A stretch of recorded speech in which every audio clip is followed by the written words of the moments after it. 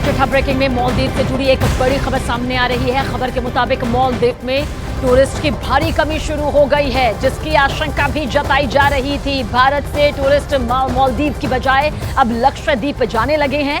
दावा किया जा रहा है कि जहां एक तरफ भारत के टूरिस्ट जो है मालदीव में अपनी होटल की बुकिंग लगातार कैंसिल कर रहे हैं, तो वहीं दूसरी तरफ भारत के लोग लक्षद्वीप में धड़ाधड़ होटल और टूरिस्ट स्पॉट्स की बुकिंग करा रहे हैं। दावा यह भी किया जा रहा है कि लक्षद्वीप में मार्च 2024 तक की बुकिंग अब पूरी तरह से फुल हो चुकी है।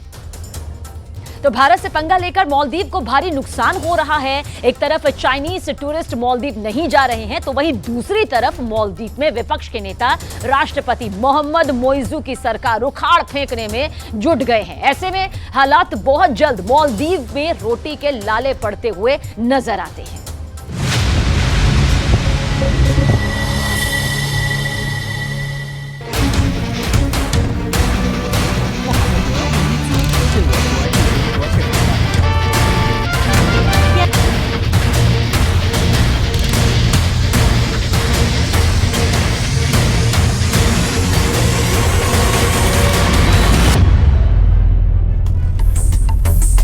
जब किसी देश की मौत आती है तो वो चीन की तरफ भागता है।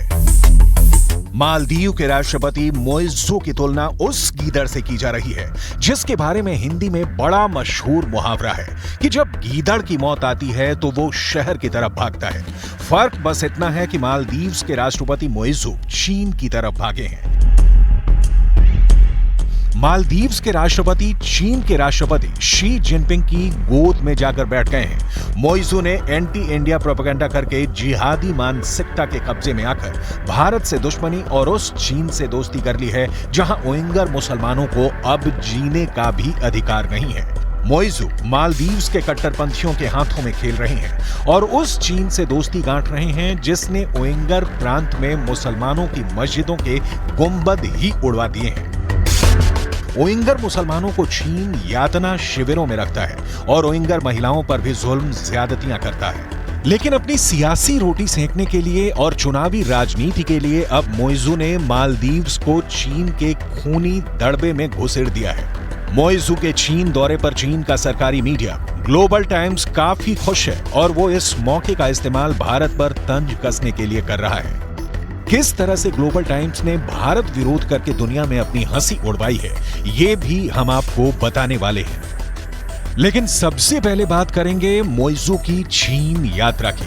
भारत के साथ चल रहे राजनयिक विवाद के बाद मालदीव के राष्ट्रपति मोहम्मद मोइजू ने चीनी राष्ट्रपति शी जिनपिंग से मुलाकात की है। राष्ट्रपति मोइजू 5 दिनों के चीन दौरे पर हैं, जहां उनका जोर शोर से स्वागत किया जा रहा है और मोइजू को 21 तोपों की सलामी दी गई है।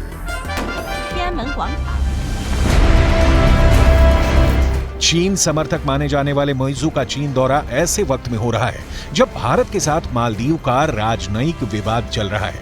दरअसल मालदीव के कुछ मंत्रियों ने प्रधानमंत्री मोदी के खिलाफ आपत्तिजनक टिप्पणी की थी।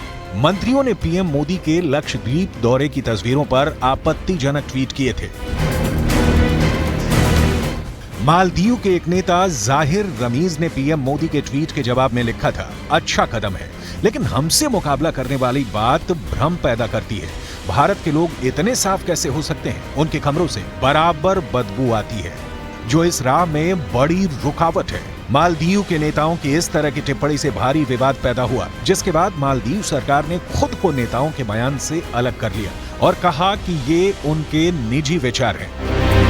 भारत में चल रहे बॉयकॉट मालदीव के ट्रेंड के बीच मोइजू ने चीन से अपील की है कि वो अधिक से अधिक चीनी पर्यटकों को मालदीव भेजें।